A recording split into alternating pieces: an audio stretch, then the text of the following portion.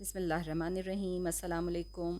اردو کا گلدستہ کنول for grade 8 Fauzia احسان فاروقی کی جو تحریر ہے، اس کا فرسٹ چیپٹر یعنی کہ فرسٹ نظم حمد، اس کو آج ہم دیکھیں گے، مشکل الفاظ کے معنی تلاش کریں گے اور اس کے بعد پھر ہم تشریح کریں گے۔ تشریح جب ہم کریں گے تو آپ کو خلاصہ خود بخود سمجھ آ جائے گا کہ آخر شاعر محمد اسماعیل میرٹھی کیا کہنا چاہ رہے ہیں اس نظم میں۔ اور محمد اسماعیل میرٹھی کے حوالے سے یہ میں بتاتی چلوں کہ یہ بچوں کے شاعر کہلاتے تھے، کیونکہ ان کی جو تصانیف ہوتی تھی، جو ان کی رائٹنگ تھی، وہ بچوں کے لیے بہت مقبول تھی۔ وہ بچوں کے لیے لکھتے تھے، اور بچوں کے لیے لکھنے کا مطلب کہ وہ اتنے سادہ الفاظ میں اور اتنے دلچسپ انداز میں تحریر کرتے تھے کہ وہ ان کی جو وجہ شہرت بنا وہ بچوں کے شاعر کی کے نام سے مشہور ہوئے۔ اب چلتے ہیں ہم مشکل الفاظ کے معنوں کی طرف۔ اول، اول کا مطلب ہے، لغوی معنی ہے سب سے پہلے، سب سے پہلے آنے والا یا سب سے پہلے۔ ظاہر، ظاہر کا مطلب ہے عیاں، جو سب کے سامنے موجود ہو، جو سب کے سامنے ظاہر ہو، جو چھپا ہوا نہ ہو۔ پھر ہے باطن، ظاہر کی ضد ہے یہ، پوشیدہ چیز۔ ظاہر جو سب کے سامنے عیاں ہو، اور باطن جو سب سے پوشیدہ ہو، چھپی ہوئی ہو۔ فاخر، فخر کرنے والا۔ مبرہ، بے عیب، جو کسی بھی قسم کے عیب سے بالکل پاک ہو۔ اطلاق، استعمال ہونا یا بولے جانے والا۔ اطلاق ہونا، جیسے ہم کہتے ہیں کسی چیز کا اطلاق ہونا۔ اس کے بعد ہے منزہ، منزہ کے لغوی معنی بھی بری ہونا، یعنی بری ہونا، کسی چیز کے زمرے میں نہ آنا، اس سے پاک ہونا منزہ کہلاتا ہے۔ انفس، نفس کی جمع ہے نفوس، یعنی بہت سارے آدمی، بہت سے آدمی۔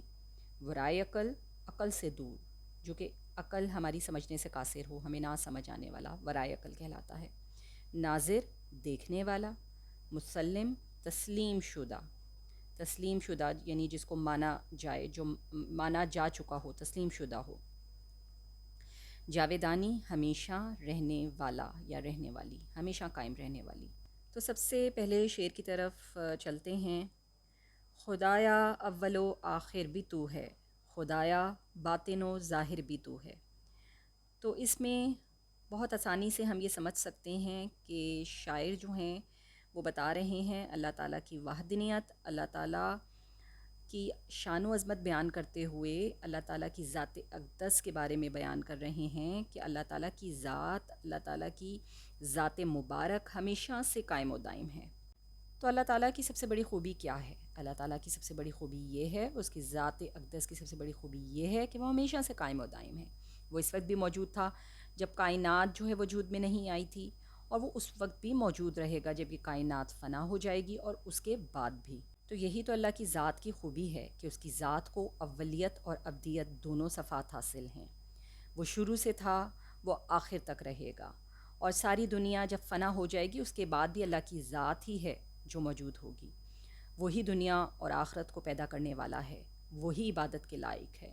اسی کی ذات و صفات بیان کرتے ہوئے شاعر یہ بتا رہے ہیں کہ اللہ تعالیٰ کی شان کبریائی یہی ہے کہ وہ ہمیشہ سے ہے اور ہمیشہ تک رہے گا۔ تو پہلے شعر کا دوسرا مصرع، خدایا باطن و ظاہر بھی تو ہے، یہاں پہ یہی ہے کہ باطن بھی ہے، چھپا ہوا بھی ہے، اور ظاہر بھی ہے۔ یہاں اس کا یہی مطلب ہے کہ ہم اللہ تعالیٰ کو ویسے تو نہیں دیکھ سکتے، ہم اس کو دیکھ نہیں رہے، لیکن ہم اس کو محسوس کر رہے ہیں۔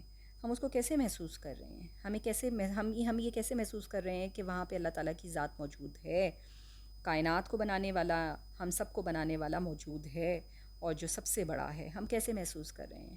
جب ہم اپنے ارد گرد نظر دوڑاتے ہیں تو ہمیں پتہ چلتا ہے، بڑے بڑے پہاڑ ہم دیکھتے ہیں، سمندر، جھیلیں، اللہ تعالیٰ کی بنائی ہوئی بے شمار مخلوقات جو شاید ہم کاؤنٹ بھی نہیں کر سکتے، ہم گن بھی نہیں سکتے کہ اللہ تعالیٰ کی پیدا کی گئی کتنی مخلوقات موجود ہیں اشرف المخلوقات کے علاوہ۔ تو یہ ساری چیزیں کیا ہیں؟ ہمیں پتہ چل رہا ہے اس کی موجودگی اور اس کی وحدانیت کا ثبوت ہیں، اس کی کاریگری کا ثبوت ہیں۔ ہمیں پتہ چل رہا ہے کہ ایک بہت بڑی ہستی اس کائنات کو پیدا کرنے والی ہے، اور یہ تمام چیزیں جو اس کی پیدا کردہ ہیں وہ اللہ تعالیٰ کی کبریائی، اللہ تعالیٰ کی بڑائی اور اللہ تعالیٰ کی موجودگی کا احساس دلا رہی ہیں ہمیں۔ وہ اول تو کہ ہے آخر سے آخر، وہ آخر تو کہ ہے اول سے فاخر۔ اب یہاں پر یہی ہے جو بیان کیا جا رہا ہے کہ اللہ تعالیٰ کی ذات ابتدا سے ہے، شروع سے ہے، جب کوئی بھی وجود میں نہیں آیا تھا، جب یہ کائنات وجود میں نہیں آئی تھی تو اللہ کی ذات تب سے موجود ہے. اس کی موجودگی کا، اس کے ہونے کا، کہ وہ کب سے ہے، اس کا کوئی سرا نہیں ہے کہ وہ کب سے ہے، وہ ہمیشہ سے ہے. اور اب ہماری عقل اس چیز کو جو ہے وہ نہیں سمجھ سکتی، ہم نہیں اندازہ لگا سکتے، ہم فیصلہ نہیں کر سکتے کہ وہ کب سے ہے. اور ہمیں یہ ضرور پتہ ہے کہ اس کی حد بھی کوئی نہیں ہے. وہ کب تک ہے یہ بھی ہمیں نہیں پتہ وہ کب تک ہے، لیکن وہ ہمیشہ رہنے والا ہے، ہم صرف یہ جانتے ہیں. تو کیا مطلب ہوا کہ وہ اول تو کہ ہے آخر سے آخر، یعنی تو ہمیشہ سے ہے، اور ہمیشہ ہمیشہ یعنی آخر سے آخر تک ہے.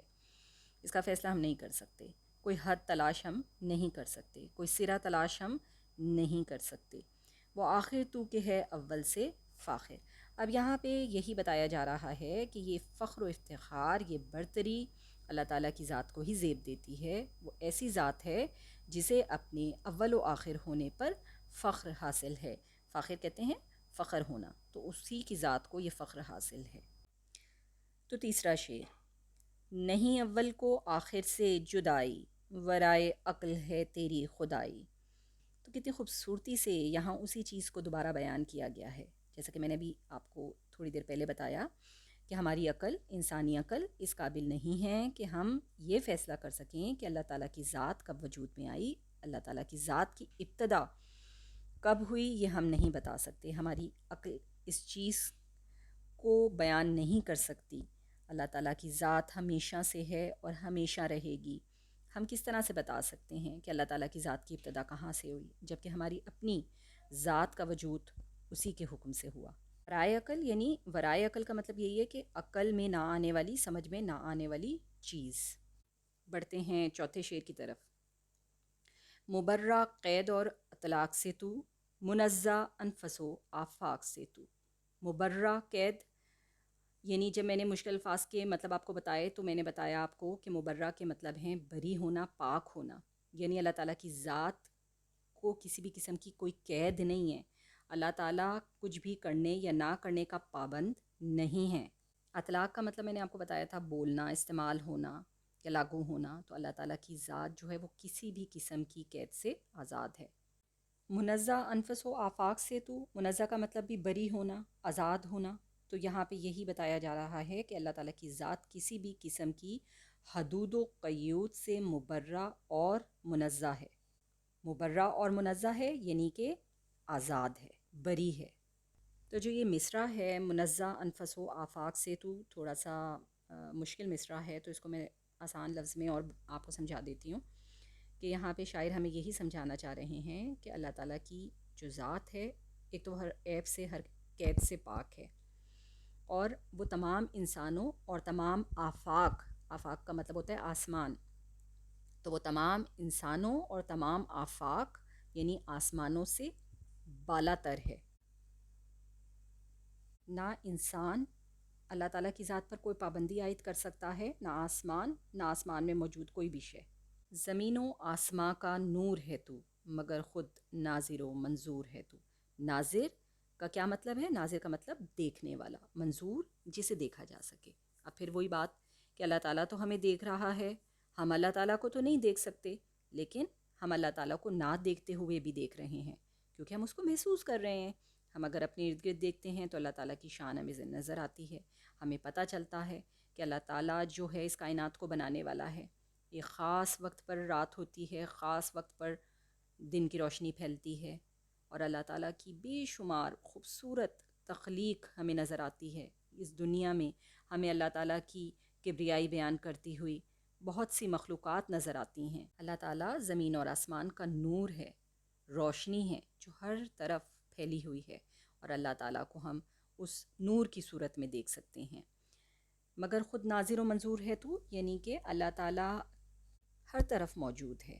اس کا ثبوت کائنات کی رنگینیاں، حسین و دلکش مناظر، پرندوں کی بلند پروازیں، میووں کی جھکتی ڈالیاں، درختوں کی ہریالیاں، اس بات کا ثبوت ہے کہ اللہ تعالیٰ موجود ہے، وہ ہمیں دیکھ رہا ہے، لیکن ہم اس کو اس صورت میں دیکھ سکتے ہیں. تو یہ کائنات اللہ تعالیٰ کے ناظر و منظور ہونے کی گواہی دے رہی ہے. وہ دیکھ بھی رہا ہے اور دیکھا بھی جا رہا ہے.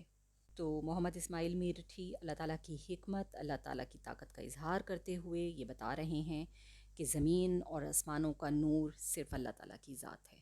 سیکنڈ لاسٹ شعر کی طرف چلتے ہیں۔ سوا تیرے نہیں موجود کوئی، نہ عابد ہے نہ ہے معبود کوئی۔ عابد کہتے ہیں عبادت کرنے والے کو، معبود جس کی عبادت کی جائے۔ تو ہم کس کی عبادت کرتے ہیں؟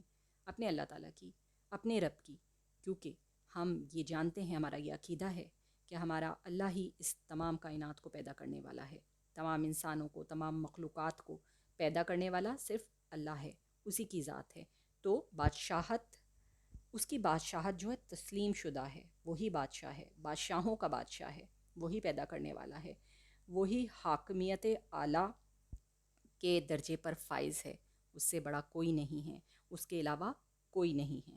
تو دنیا میں مختلف عقیدے ہیں، مختلف مذہب ہیں، اپنے اپنے عقیدے کے حساب سے لوگ جو ہیں وہ اپنے رب کو مانے بیٹھے ہیں، یہ ان کا عقیدہ ہے، ان کا حساب کتاب ہے، یہ اللہ تعالیٰ اور ان کا معاملہ ہے۔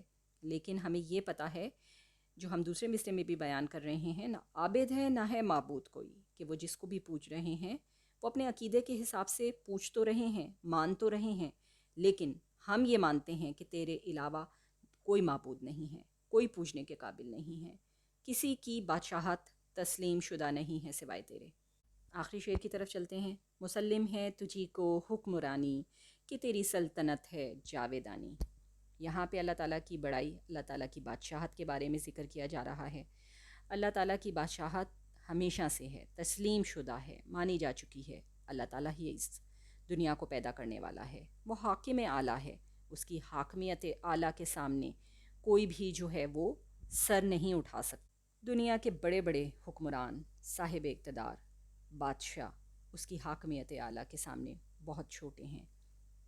وہ اکیلا ہی اتنی بڑی کائنات کا حاکم اعلیٰ ہے، جس کو چلانے کے لیے، جس کا انتظام چلانے کے لیے اللہ تعالیٰ کو کسی کی مدد کی ضرورت نہیں ہے۔ وہ قائم و دائم ہے، وہ ہمیشہ سے ہے۔ تو اس کائنات کی ہر شے کو زوال حاصل ہے، یعنی کہ ہر شے ختم ہو جائے گی سوائے اللہ تعالیٰ کی ذات کے۔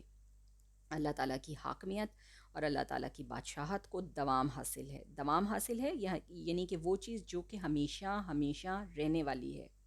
لاسٹ مصرع ہے نا کہ تیری سلطنت ہے جاویدانی، یعنی کہ اس کی بادشاہت جو ہے وہ ہمیشہ ہمیشہ رہنے والی ہے، کبھی بھی ختم نہیں ہوگی، کبھی بھی فنا نہیں ہوگی۔ مسلم ہے تجھی کو حکمرانی، یہی چیز پھر یعنی میں بتاتی چلوں کہ اللہ تعالیٰ کی ہی حکمرانی، اللہ تعالیٰ ہی کی بادشاہت کو تقویت حاصل ہے، ہمیشہ رہنے والی ہے، اسی کی حکمرانی تسلیم شدہ ہے۔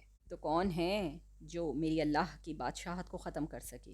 کسی میں اتنی ہمت، کسی میں اتنی طاقت نہیں ہے۔ یہ کائنات اور اس میں موجود تمام چیزیں کمالات خداوندی کا منہ بولتا ثبوت ہیں۔